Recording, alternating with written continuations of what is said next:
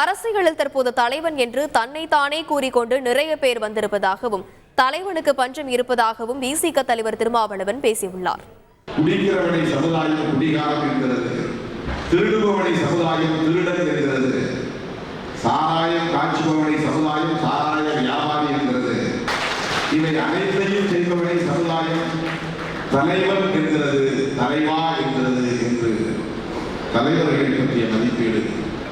இன்றைக்கு அரசியலில் எல்லோரும் தங்களை அவர்களாகவே உரிமை கோரிக்கொள்கிறார்கள். நான் தலைவன் என்று அதைத்தான் அவர் அப்படி பதிவு செய்கிறார்.